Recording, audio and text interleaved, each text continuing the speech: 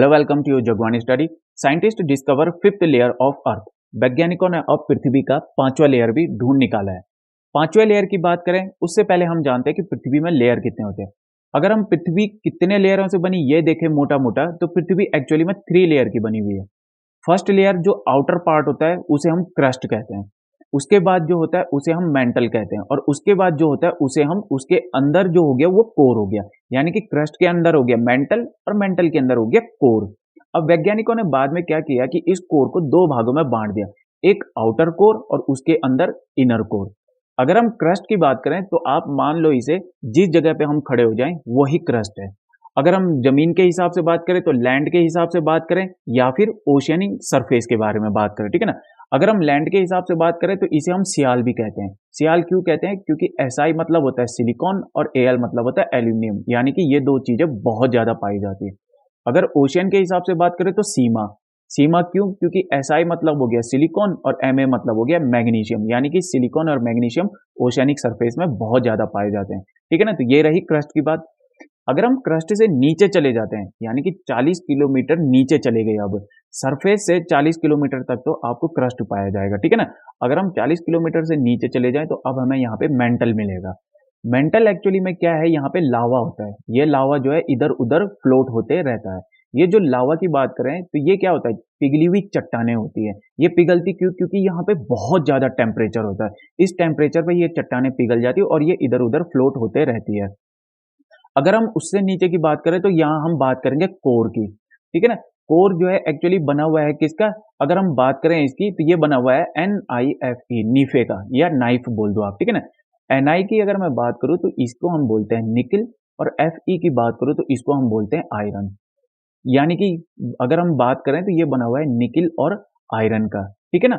अब इससे नीचे जब हम जाते तो यहाँ पे देख रहे हो आप ये आउटर कोर, ये हम बात कर रहे हैं 2250 किलोमीटर की। कहने का मतलब है देखो ये है सरफेस, इससे नीचे जाऊं अगर मैं 40 किलोमीटर तो ये हो गया क्रस्ट। फिर यहां पर से नीचे जाऊं अगर मैं तो ये हो गया मेंटल, और फिर यहां से नीचे जाऊं तो ये हो गया आउटर कोर, और यहां से नीचे जाऊं तो ये इनर कोर। यानी कि मैं बात कर रहा हूं इनर कोर में 1350 किलोमीटर की, ठीक है ना। तो ये तो थी बात किसकी, स्ट्रक्चर ऑफ अर्थ की। यानी कि अगर मोटे मोटे वैसे हम बात करें तीन लेयर होती है, बट वैज्ञानिकों ने इसे चार लेयर में बांट दिया। अब जो रिसर्च हुआ है अब जो रिसर्च हुआ है तो उस रिसर्च में पाया गया है कि चार लेयर नहीं पांच लेयर होते हैं, ठीक है ना। तो आओ देखते हैं कैसे वो पांच लेयर हैं, ठीक है ना। ये देख सकते हैं यहाँ पे कितनी लेयर हैं, पांच लेयर, ठीक है ना। एक दो तीन, ठीक है ना, और यहीं पे आउटर कोर और ये पांच लेयर, ठीक है ना। तो सबसे पहले तो हम बात करते हैं कि कौन थे ये रिसर्चर जिन्होंने पांचवें लेयर को ढूंढा। तो ये थे ऑस्ट्रेलियन नेशनल यूनिवर्सिटी के, ठीक है ना। इन्होंने कैसे करके ढूंढा कि हाँ भाई पांचवी लेयर है इसके अंदर? तो इन्होंने स्पीड देखी। स्पीड किसकी? सीस्मिक वेव की। ये सीस्मिक वेव क्या होती है? जब अर्थक्वेक आता है तो उससे जो वेव निकलती है उसको हम सीस्मिक वेव कहते हैं, ठीक है ना।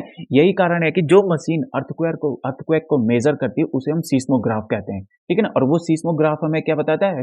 रिएक्टर स्केल में अर्थक्वेक की इंटेंसिटी को बताता है, ठीक है ना। तो इन्होंने देखा कि जिस हिसाब से जो है ना स्पीड होगी अगर सीस्मिक वेव की, उस हिसाब से इन्होंने स्टडी करी और पाया कि नहीं, एक और लेयर है अंदर जिसे इन्होंने नाम दिया इनर मोस्ट इनर कोर, ठीक है ना। और ये लेयर क्या है? एक्चुअली में सॉलिड मेटालिक बॉल है, ठीक है ना।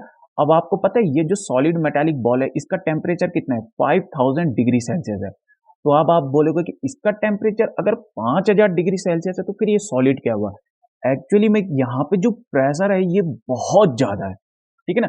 आपने देखा होगा जब हम सिलेंडर में गैस भरते हैं तो गैस क्या होता है? एक गैस फॉर्म में होता है, ठीक है ना। अब उसको जब प्रेशराइज्ड करते हैं तो वो किस में बदल जाता है? लिक्विड में बदल जाता है। वहीं अगर आप लिक्विड को प्रेशराइज्ड कर दोगे तो ये सॉलिड में बदल जाता है। जैसे आपने आइस देखा होगा, ठीक है ना, तो वाटर से आइस का बदलना, ठीक है ना। तो वो यही रीजन है कि यहाँ पे जो ये इनर मोस्ट कोर है ये एक सॉलिड मेटालिक बॉल है, ठीक है ना। अब अगर हम बात करें तो कैसे सीस्मिक वेव से पता चला कि ये एक यहाँ पे लेयर है। देखो एक्चुअली में क्या होता है ना, मान लो यहाँ पे कोई अर्थ है, ठीक है ना, ये अर्थ है, ठीक है ना। यहाँ पे भूकंप आया, ठीक है ना। ये जो भूकंप की वेव है ये पास कर गई किसको? इनर कोर को, ठीक है ना। अब यहाँ पर से क्या होता है? ये बाउंस होता है, ठीक है ना। मान लो यहाँ पे अर्थक्वेक आया, ठीक है ना, यहाँ पर से भी इसने पास हुई और फिर यहाँ पर से बाउंस होता है। अब यहाँ पर से भी फिर अर्थक्वेक आया, मान लो यहाँ पर से, और ये पास हुई इनर कोर से पास हुई, फिर यहाँ पर से बाउंस होता है। तो आप देख रहे हो डिफरेंट डिफरेंट लोकेशन पे जो है अर्थक्वेक की स्पीड को क्या कर रहे हैं, यहाँ पे मेजर्ड कर रहे हैं। अब ये क्यों कर रहे हैं, इसका रीजन ये है कि देखो, इसका रीजन ये होता है कि एनआइसोट्रॉपी एक प्रॉपर्टी होती है, ठीक है ना। एनआइसोट्रॉपी, ये जो कोर बना हुआ है ये किस चीज का बना हुआ है, आयरन निकिल एलॉय का बना हुआ है, ठीक है ना। और जो कि किस फॉर्म में है, क्रिस्टलाइज्ड फॉर्म में है, ठीक है ना। क्यों, क्योंकि ये सॉलिड फॉर्म है, ठीक है ना। सॉलिड मेटालिक बॉल बोला था ना, तो सॉलिड मेटालिक बॉल यानी कि ये क्रिस्टलाइज्ड फॉर्म में है। अब ये एनआइसोट्रॉपी क्या होता है कि देखो, एनआइसोट्रॉपी का मतलब होता है, जैसे देखो ये कोई बॉडी है, ठीक है ना। अगर मैं इस डायरेक्शन में जा रहा हूँ तो यहाँ पे इसकी पूरी इस डायरेक्शन में कोई और प्रॉपर्टी मिली मुझे। अगर मैं इस डायरेक्शन में जा रहा हूँ, अगर मैं इस डायरेक्शन की बात करूँ तो इस डायरेक्शन में जब मैं जा रहा हूँ तो कुछ और प्रॉपर्टी मिल रही है। वहीं अगर मैं इस डायरेक्शन में जा रहा हूँ तो कुछ और प्रॉपर्टी मिल रही है, यानी कि मैं जब डायरेक्शन को चेंज कर रहा हूँ तो मुझे प्रॉपर्टी कुछ और मिल रही है। इसका मतलब ऐसा भी हो सकता है कि ये जो कोर है, इसकी जब अगर एनआइसोट्रॉपी वाली प्रॉपर्टी है, तो इसका मतलब जब वेव आ रही होंगी यहाँ से और या फिर बाउंस हो रही होंगी, तो डिफरेंट डायरेक्शन में हो सकता है कि वो कुछ एनर्जी को वेव कर रहा हो, जिससे वेव की स्पीड कम हो जा रही, और कि कुछ एरिया पर ऐसा हो रहा है कि जो वेव है उसकी स्पीड क्या है, सेम है, यानी कि तेज है, ठीक है ना। कहने का मतलब है कि कहीं पे उसकी स्पीड क्या हो जा रही है, अप हो जा रही है, तो कहीं पे उसकी स्पीड क्या हो जा रही है, स्लो डाउन हो जा रही है। तो वैज्ञानिकों ने ये पाया कि ऐसा क्यों हो रहा है।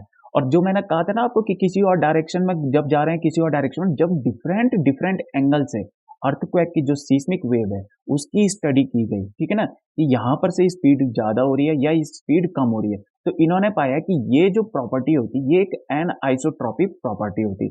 और एन आइसोट्रॉपिक प्रॉपर्टी तभी हो सकती है जब कोई बॉडी अंदर सॉलिड फॉर्म में हो या फिर क्रिस्टलाइज्ड फॉर्म में हो, ठीक है ना। तो यही रीजन था कि जो साइंटिस्ट थे उन्होंने पाया कि अंदर और एक और कोर है जो कि सॉलिड फॉर्म में है, ठीक है ना। तो इसको कहा गया कि ये क्या है, एक फिफ्थ लेयर है। अब अब यहाँ पे इन्होंने क्या बोला कि ऐसा इसलिए हुआ होगा क्योंकि समय के चलते चलते, ठीक है ना, जो ये क्रिस्टल स्ट्रक्चर होते हैं इसमें क्या हो गया होगा, एक सिग्निफिकेंट चेंज आ गया होगा, ठीक है ना। तो यही रीजन है कि ये जो इनर मोस्ट कोर है ये अब रिसर्च हुआ है कि हाँ भाई ये भी एक क्या है, फिफ्थ लेयर है, और किसकी है, ये अर्थ की है, ठीक है ना। तो आई होप आप लोगों को जानकारी अच्छी लगी होगी। तो लाइक करें, शेयर करें एंड सब्सक्राइब करें। Thank you.